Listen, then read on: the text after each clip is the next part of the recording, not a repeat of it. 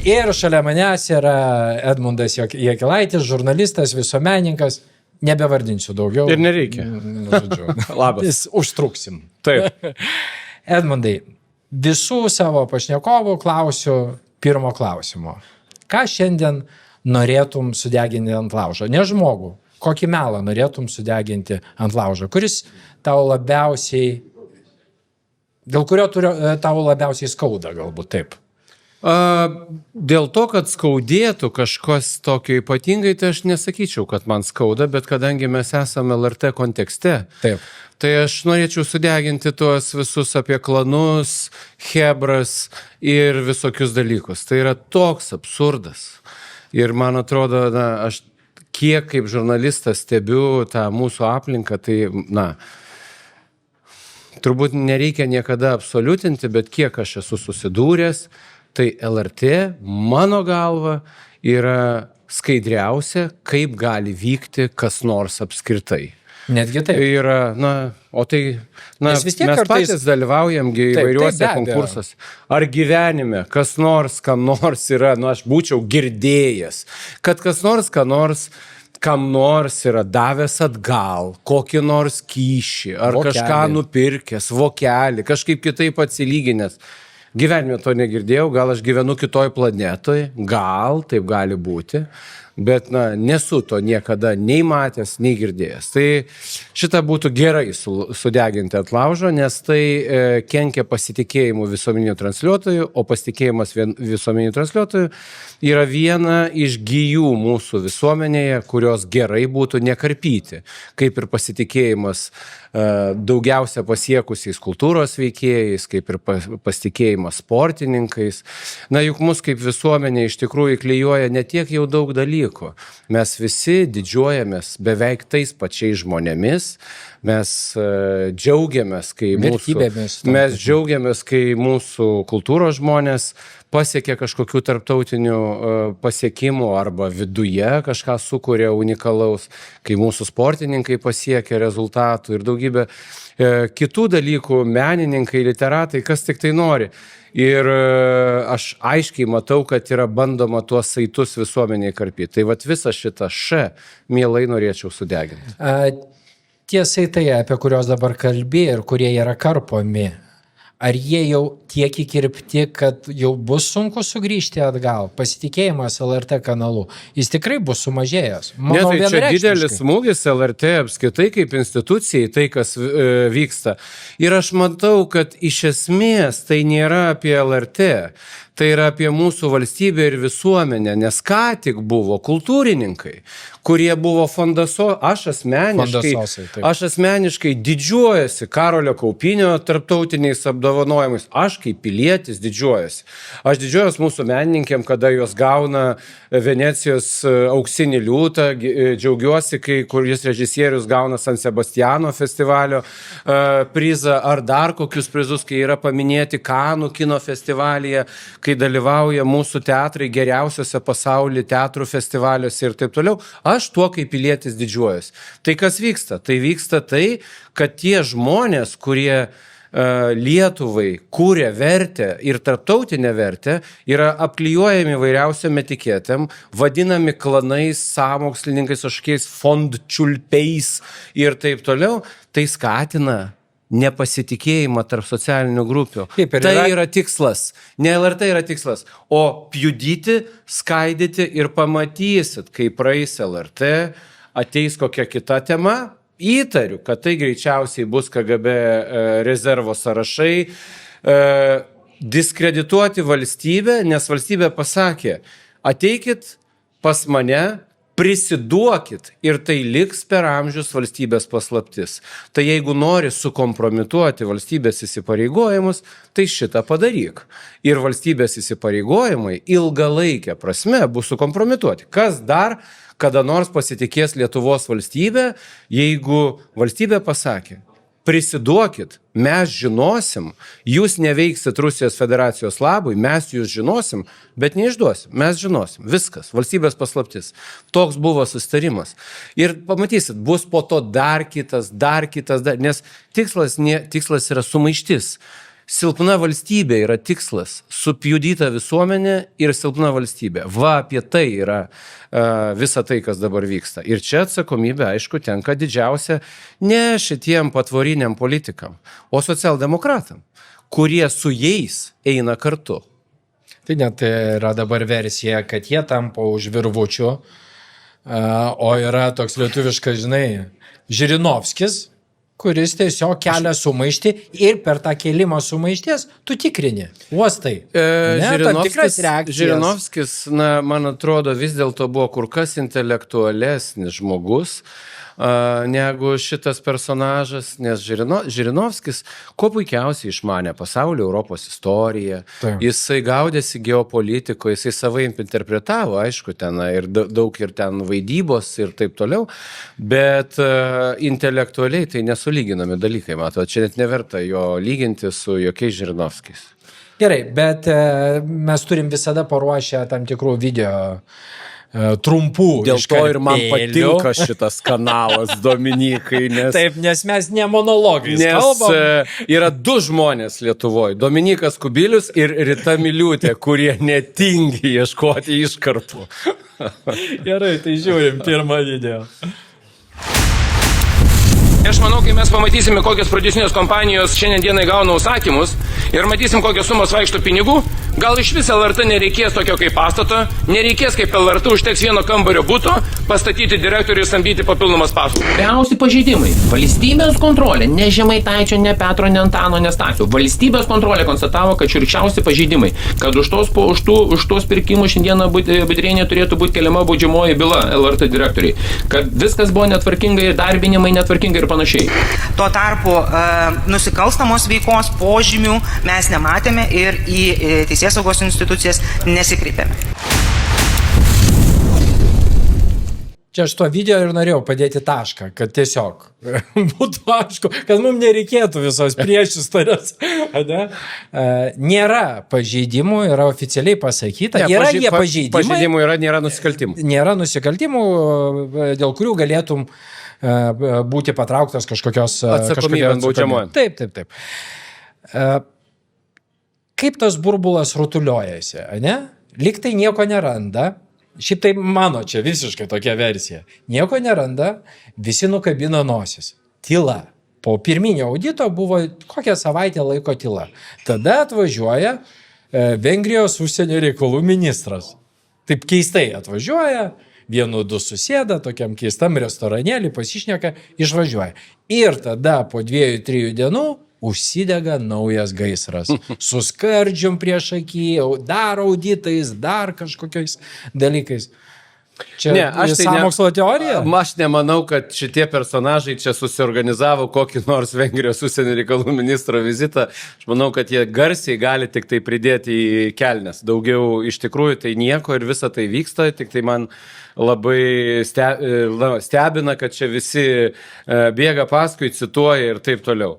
Na, apie tai, kas yra skardžius, viskas yra, kad jisai elgėsi taip, lyg toliau dirbtų daržovių bazėje ir spardytų iš ryto prabudęs daržovių bananų dėžės atėjęs į darbą. Tai jisai, toks jis yra. Bet viskas, ką reikia apie jį žinoti, yra Dovydo Pancerovo tyrime. Viskas iš principo yra aišku, kaip ten kas įvykė. Jeigu iš tavęs perka dalykus už kainą, kuri yra neadekvati, tai man atrodo, kad tai yra kyšis.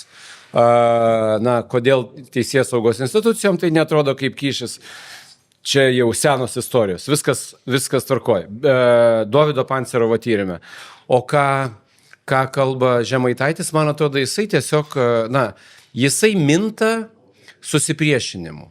Kada tu skaldai, ta atskilusi dalis dar yra pakankamai didelė, kad tau jos užtektų. Skaldimas yra jo maistas, pavadinkim taip. Tai jisai tai ir daro. Bet skaldimas ir visa kita vis tiek turi turėti kažkokį galutinį tikslą. Jisai, tavo manimu, turi galutinį tikslą. Išlikti prezidento rinkimai. Ne, neturi šansų. Neturi šansų ir manau, kad jisai pats tą turėtų suvokti, bet tas atskilęs, jam reikia įrodyti, kad jis yra pats stipriausias toje skaldytojų ar visko nepatenkintų žmonių kategorijoje, kad jis yra visos tos dalies lyderis. Ta dalis, jinai visose visuomenėse egzistuoja ir Lietuvoje taip pat egzistuoja. Priežastis to yra įvairiausios, socialinės, istorinės.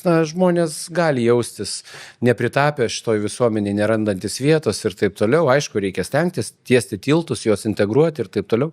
Bet tokių žmonių tikrai yra ir jisai stengiasi dirbtinai kurdamas prieš kurti tą bazę, ant kurios galėtų stovėti. Tai ar tai savo esmė yra antivalstybinė veikla? Taip. Aš manau, kad tyčinis visuomenės skaldimas, visuomenės saitų traukimas yra, tikriausia antivalstybinė veikla.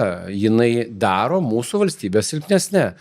Tai už tai, kad tokie žmonės yra valdžioje, tai jie patys neturi tokio mandato, kuris jiems užtikrintų buvimą toje valdžioje. Juos priėmė į valdžią Lietuvos socialdemokratų partija, kuriuos pasirinko kaip partnerius. Tai tiesioginė atsakomybė yra seniausiai, didžiausiai, gilias tradicijas turinčiai europiniai socialdemokratų partijai, kuri tikrai tokia dabar nėra. Aš ir norėjau paklausti, ar mes ją galime dar tokią vadinti. Ne, nemanau. Aš manau, kad tas virsmas gal dar ateis. Aš manau, kad jie irgi eina į dugną, nuo kurio atsispirs. Aš manau, kad jie eina į dugną, nuo kurio atsispirs ir ten yra žmonių, galima apsidairyti, naujasis tam, tarkim, finansų ministras, kiti tokie jaunesnės, pažangesnės kartos politikai, man atrodo, kad jie gali ilgainiui tapti socialdemokratų partijos veidais, bet, tas iš bebro kilęs bebru ir būsi, tai iš seno bebro vaikas tampa jaunu bebru. Tai čia nieko keisto, aš atsimenu Bet čia užburtas ratas, iš kurio mes niekada neištrūksim. Žinot, aš atsimenu pirmą savo susitikimą tokį su dabartiniu Seimo nacionalinio saugumo ir gynybos komiteto pirmininku ponu Sinkevičium. Mes ateinam, tuo metu buvo Kubiliaus mokesčių reforma ruošiama ir aš tuo metu vadovau vienam iš žiniasklaidos kanalų ir mes ateinam 4 televizijų vadovai susitikti su įvairių frakcijų atstovais ir buvo susitikimas su socdemais ir atėjo Sinkevičius. Ir po to dar laukiam kitų, kol ateis. Jis sako, kol laukiam mano kolegų, sako, žinot, kas aš esu? Mes taip susidairėm, čia aš, LNK direktorė, TV3 direktorė, dar kažkas neatsimenu iš vadovų. Žinom, vardą, pavardę. Aš čia esu deleguotas į Seimą daktaro Lubio. Aš atstovauju daktaro Lubio interesus, Achemos koncerno interesus Seime. Geras žinot. Žmogus taip oficialiai prisistatė. Tuo metu apsidairėm. Gerai. Tai, aš ką turiu omeny, tai yra pagrindas. Tai tu iš kur ateini, tai jeigu taip įprasta, kad tu į politiką, kas yra turbūt, ką mes norėtume būti, kad tai yra vieša tarnystė valstybei ir visuomeniai, tu ateini užsiangažavęs iš anksto tarnauti konkrečiai verslo grupiai, tai traktuoji kaip delegavimą į parlamentą, kur Seimo narys turi laisvą mandatą ir absoliučią nepriklausomybę pagal mūsų konstituciją, o tu aiškiai sakai, kad tau rūpi iš esmės vienos įmonės interesai ir tave delegavusio super įtakingo verslininko interesai. Tai mes dar didžia dalimi, mūsų politika dar yra toje vietoje. Aišku, yra ir pozityvių poslinkių, bet socialdemokratai dugno dar nepasiekė ir nuo dugno dar neatsispyrė. Tas dugno pasiekimas, čia visiškai mano irgi versija, kadangi matau dažnai įvykstančius tokius netikėtus pokyčius, kaip pavyzdžiui, Saulius Skvernelis nueina pas Janutienę į laidą. Arba ten dar kažkokių tokių keistų vienadienių sprendimų, bet aš juos traktuoju kaip buką ėjimą paskui auditoriją ir norėjimą pasiimti tą rinkėją, kurį nebalaimėjo Žemaitaitis. Čia toks bukas, paprastas, reiškia elementarusis veiksmas. Tai dabar gal ir yra tas, jie užsižaidė to bukumu tiek, kad jau iš jo išklimpt nebegali. Na, gali būti, aš nežinau, man tiesą sakant sudėtinga, aš tai vertinčiau, norėdamas pateisinti, tai galėčiau vadinti kokiu nors socialiniu eksperimentu. Nueikim, pažiūrėsim, kas bus. Ar nesudegsim pragare, ar nenukris ant mūsų daugiabutis, ar nereikia einant iš Janutienės Laidos gatvė dairytis, kad neužkristų koks nors blokas, ar dar kas nors, ar prakeiksmas, ar ten dar kažkas. Ne. Tai nori eina, nori neina, nematau čia jokių problemų. Man atrodo, tiesą sakant, mes įpraskim žmonės vertinti pagal jų darbus, o ne pagal ką nors kitą. Pagal tai, ką žmonės daro, reikia vertinti. Apie medį spręsim iš jo vaisių. Dabar daro daug auditų, įves visur tvarką ir milijonų klanas nebegaus. Taip, jisai nedaro nieko, jisai garsiai rėkia, ką ir visą laiką darė. Tai rėkia. Na, yra kažkur ribos, kartais prisiriekauja, kartais praslystas tais riekavimais. Bet tiesą sakant, man atrodo, kad kalbant apie tas politinis personažas nėra vertas atskiros diskusijos. Atskiros diskusijos yra verta kryptis, užduotis, tikslas, skaidimas visuomenės, ne konsolidavimas, o skaldimas, tyčinis, priešinimas. Tai yra vaidmuo, kurį vaidins ir kitas atlikėjas, kai šitas jau bus išsigaravęs. Ateis kitas šito vaidmens atlikėjas, šitas išsigaruos anksčiau ar vėliau, bus kitas. Ir ką daryti mums kaip valstybei, visuomeniai, sveikas gyvas, ačiū. Ką mums daryti kaip valstybei ir visuomeniai, kad mes galėtume mažinti tų nusivylusių piktų žmonių skaičių, kad mes kurtumėm tokią kritiškiau mąstančią visuomenę. Tai va čia yra kur kas didesni klausimai. Edmundai, dabar su tais dabar, visais socialiniais tinklais, su botų nevaldomom fermom, kurios Raseinių šūdlaikraštėje, atsiprašau, užbombarduoja taip, kad jie sulaukia laikų 5000 komentarų, ko niekad gyvenime neturėjo. Turėjo 15 geriausių atveju. Tai yra labai sudėtinga tokia dabar situacija iš principo kažką aiškinti ir kažkaip tai bandyti įtikinti. Žinoma, kartais reikia. Kiekvienai situacijai yra savas veiksmas. Kartais nėra kitos galimybės, kaip duoti į dantis. Kartais nėra kitos galimybės, kaip duoti į dantis. Kartais reikia apeiti, kartais duoti kelią, kartais paaiškinti. Gerai, kaip dabar reikia daryti? Tavo manimu. Bet koks veiksmas dabar būtų efektingiausias šitoje visoje situacijoje, klaikioj situacijoje? Jeigu apibendrintai, visiškai apibendrintai, man atrodo, tikslas yra visomis priemonėmis siekti, kad kiek įmanoma greičiau Lietuvos socialdemokratų partija suprastų iki paskutinio sprendimų priėmėjo, kad tas personažas juos gramzdina ir su kiekviena diena iškilti į paviršių bus žymiai sunkiau. Tai yra akivaizdu, jie vis turi kitų alternatyvų, jie vis dar turi pasirinkimų ir ten vis dar yra žmonių, kurie suvokia tai, kas vyksta. Ir, taip, jeigu mes kalbam apie... Aš žiūriu dabar balsavimus dėl LRT, nėra ten kitų spalvų, išskyrus Dovilę Šakalienės. Vieną lemputę. Viena lemputė Dovilė Šakalienės. Bet man atrodo, kad yra žmonių, kurie darė kompromisą galvodami, kad tai galbūt paskutinis jų kompromisas, galbūt jie gyvena tam tikram burbule, kur galvoja, kad taigi mes Dieve, čia vieną balsiuką tik tai pakeičiam, bet tu pradedi griovimo darbą, ir čia. Tu visur gali ištraukti po vieną plytą, namas dar liks stovėti. Ištrauk 2, dar stovės. Bet kai ištrauksi 200 plytų, 300 plytų, žiūrėk, jau gali sienai reižėti. Tai čia lygiai tas pats, iki namo griūties dar toli, bet tu pradedi griovimo darbą. Tai ar tu pradedi griovimo darbą, ar mes statom, ar mes greunam? Tai vat ką mes darom? Tai man atrodo, kad mes turim statyti, o ne griaut. Kad mes turim tvirtint, lipdyt, telkt, o ne griaut, priešint, kažkokią užsiminėti destrukciją. Mes turim ieškoti, kas mus telkia, nes mus telkia daugelis dalykų. Ir mes visi esam skirtingi, labai skirtingi, bet mes turim daug to paties, kas mus telkia. Jau nekalbu ten apie tai, kad visiems mums norisi ten sveikų vaikų, laisvos tėvynės ir saugios aplinkos. Bet dar kai kurie dalykai mus irgi jungia į bendruomenę. Tai geriau ieškoti. O socdemai, šiuo metu jie nestato. Jie prisideda prie griovimo. Gerai, pasižiūrėkim dar vieną video, kaip griovimas vyksta.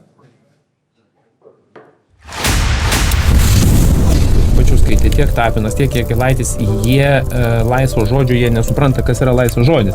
Tai klausimas, kiek tu gali kalbėti, kiek tu gali diskutuoti, jiems galima viskas, kitiem negalima, nieko negalima sakyti. Tai tas tie šūriko nuotykiai ir jie ir atspindi, kad kokia yra dabartinė ta situacija LRT veikloje ir iš tikrųjų kokias pasiekmes turės, o pasiekmes tai yra milžinikas. Ar jinai bus atleista, aš net įsivaizduoju, kaip tie dar nepriklausomi 4 ekspertai dar kenčia, net jie realiai jau turėjo šiandien išeiti ir pasakyti, miela Monika, tu apkaltini. Tai jeigu aš apkaltinčiau dabar Tapiną tokiais dalykais, ar jūs, tai jau pretenziją sulauktumėte iš advokato, garbės orumo, šmeižtas, prašau, atsiprašykite ir panašiai. Šičia visa taryba jinai apkaltina, kad užgrobė valdžią kartu su Žemaitaičiu. Mūsų žiniomis vidury gruodžio Garbačiauskaitė bus atleista pagal seną tvarką. Sunku pasakyti, aš žinokit, tai kaip jinai dabar elgesi, būtų pas manęs įmonė ar bet kurio įstaigoje, jinai taip čiuoštų lauk iš darbo, kai jinai žemės nesiektų kojomis. Tiesme, apkaltinti tarybą. Užgrobė įstaigą. Įsivaizduokite, taryba yra nepriklausoma taryba iš 12 narių, 4 skiria Seimas, 4 skiria prezidentus, 4 skiria visuomenės kitos organizacijos. Jinai apkaltina, kad didžioji dalis tarybos yra užgrobusi valdžią kartu su Žemaitaičiu. Rytoj susitinku su LRT darbuotojais, nes dabar darbuotojai LRT bijo susitikinėti, tai važiuojam po skirtingus Lietuvos kraštus dabar susitikinėjom. Tai šeštadienį turėjau su keletą susitikimų, sekmadienį irgi privažiavo žmonės, irgi susitiko, bijo ten prisuoto ten. Dominikai, man noriu išreikšti tau giliausią pagarbą ir užuojautą, kad tu priverstas tai žiūrėti. Aš esu užblokavęs. Janutienė, nežiūriu niekada tų laidų, nesu žiūrėjęs.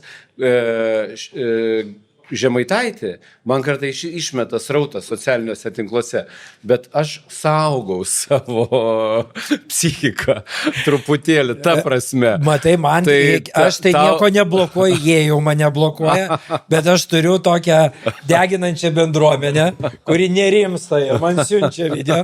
Tai tikrai esu labai be galo jiems dėkingas, nes atlieka labai didelį ir reikalingą darbą, kurio aš pats tikrai nespėčiau niekaip. Tai yra neįmanoma tokių kiekių propagandos ir dezinformacijos peržiūrėti.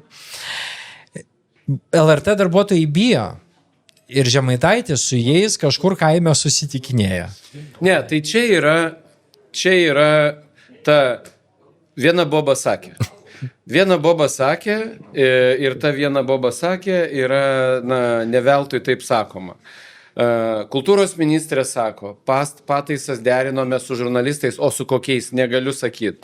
Tai kas čia yra per paslaptis?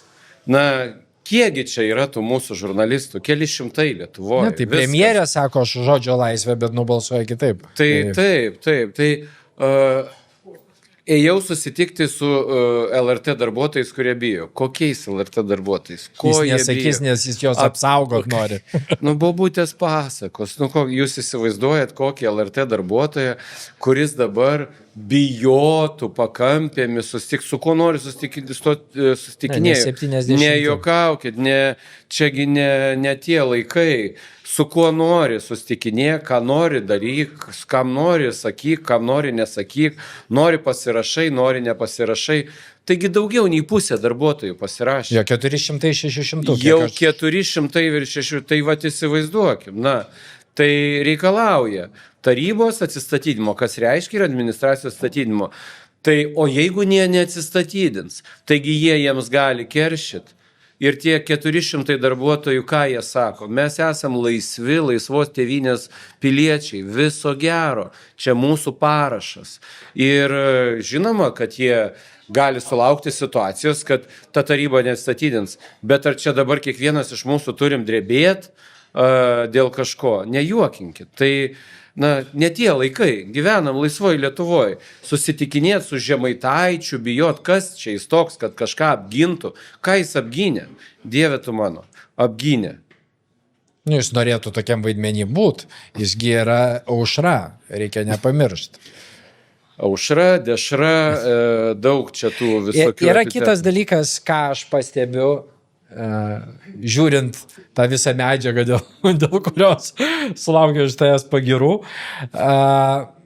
kad konsoliduojasi tos visos jėgos, nes jie tikrai mato aušrą. Jie mato dabar lyderį, kuriam viskas eina visai neblogai ir viskas sueina. Anksčiaugi pykdavosi, jie tarpusavį pjaudavosi, Gražulis su kažkuo nesvarbu. Dabar jie visi yra po viena aušra. Ir dar tikėtina, čia Arūno Valinsko buvo versija, kad jie visi eis po aušros sąrašu. Gali būt ir, nes nėra daugiau kažkokių kitų sąrašų.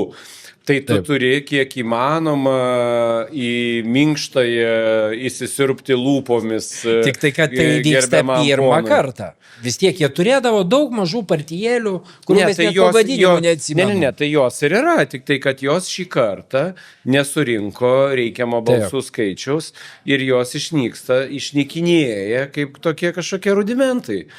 Tai šita partija yra viena, kuri dar gali konsoliduoti visus tuos asmenis, pavadinkim taip, bet visada yra tokių partijų, visada bus tokių žmonių. Čia ne apie juos kalba apie tuos, kam su jais yra pakeliui, kas juos priema į valdžią, prie sprendimų priėmimo stalų, kieno patarėjai eina su jais susitikinėti, kas daro su jais bendrus scenarius ir planus. Štai kur yra klausimai, o ne Nemuno aušra. Na ir kas ta Nemuno aušra? Na ir ką? Nieko. Jinai yra galinga tiek, kiek su jie yra socialdemokratai. Vat ir viskas. Kiek tu matai bendro jų strateginio darbo? Ne tai, kad čia tipo improvizacija kokio nors Žemaitaičio arba improvizacija dar kieno nors, o kiek yra su strategavimo iš principo, žingsniai į priekį apskaičiuoti? Aš matau tam tikrą tendenciją, kuri pastaruoju metu yra politikoje ir šitoje sistemėlėje jie gali būti sąjungininkai. Tarp socialdemokratų yra nemažas kiekis žmonių, kuriems, man taip atrodo, kuriems politika yra verslas, pasipelnimo šaltinis. Tai nėra tarnystė už tam tikrą atlyginimą, kuris yra mokamas įstatymų nustatyta tvarka. Ne, tai yra daugiau. Tai yra reikalai, reikaliukai, kažkokie interesai, interesėliai, kur kažką, taip. Fekda čia jau didelis reikalas ir čia, man atrodo, toks jau tikriausias politinis kriminalas. Tikriausias politinis kriminalas. Kai ir tėvas, ir vaikas abu susiję, kai iš anksto žinoma, kad ministrė, kaip ją kas bevertintų, turėjo politinę valią pasakyti, kad mes šitos įmonės, kuri padarė brokuotą kelią per Rūdininkų poligoną, neprileisime prie šito konkurso. Čia dar iki saugumo pažymos, aš nežinojau, nieks nežinojo, kad saugumas neišdavė jam patikimo paslaugų tiekėjo pažymos. Tai apskritai yra jau labiau antras skandalo lygmuo. Bet kada mes žinom, kad ministrė buvo apsisprendusi šios įmonės neprileisti. Ministrė akimirksniu yra ištrenkiama praėjus vos kelioms dienoms, kai jinai tam tikram rate pasakė, kad tai bus padaryta. Ištrenkiama akimirksniu. Įmonė, kuri neištaisė klaidų, užteko pažadėti, mes ištaisysim. Kas čia per pažadas? Kas čia yra? Kur jis numatytas kažkokiuose teisės aktas? Kažkoks absurdas. Pažadės, kad ištaisys ir tada gali dalyvauti konkurse. Įkuria kažkokią antrinę, tretinę įmonę, ir ta antrinė tretinė įmonė be jokio patikimo tiekėjo deklaracijų ir taip toliau laimi konkursą ir gaus iš valstybės, iš mūsų visų 230 milijonų eurų vykdyti trečdalį statybos Rūdininkų miestelėje, kur įsikurs vokiečių brigada. Tuo tarpu LRT metinis biudžetas, apie kurį kliedi melagiai, yra 80 milijonų. Taip, bet biudžetas didelis, jisai tikrai yra įspūdingas, jį reikia tvarkyti skaidriai, aiškiai ir taip toliau. Ir visos pastangos yra ta pusė, tikrai ta linkme yra sveikintinas, bet mano galva mes, matome tokią iškreiptų veidrodžių karalystę. Vienoje pusėje nėra jokių moralės standartų ir ta pusė, kurioje nėra jokių moralės standartų, bando kelti tai pusiai, kuriai veikia pagal civilizuotą sistemą, gerbia teisę ir taip toliau, kelia jai tokius standartus, nors patys neturi jokios moralinės teisės bent kokius standartus kelti. Štai apie ką kalba. Gerai, turim ryšti, todėl kad 6 valandą prasidės protestas, nenorim tik 13 minučių beliko. Užlipti ant protesto, tikrai būtų nekorektiška. Paskutinis.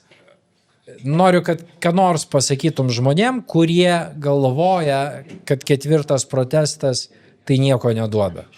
Aš galvoju, kad mes gyvename valstybėje ir visuomenėje, kur mes turime dėti visas pastangas, kad šita valstybė būtų atvira, Kiekvienas asmeniškai. Atvira, demokratiška, amžinai nepriklausoma valstybė.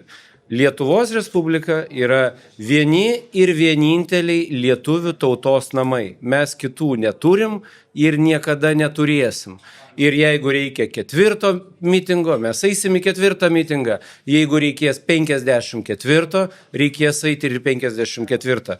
Eiti į mitingą yra tokia juokinga užduotis palyginti su tuo, ką žmonės dėl šitos valstybės yra darę ir padarę. Tai čia net neverta savęs apsunkinti mintimis, kad mes čia kažką darom per daug. Mes dar iš vis nieko nedarom palyginti su tais, kurie dėl jos padarė viską.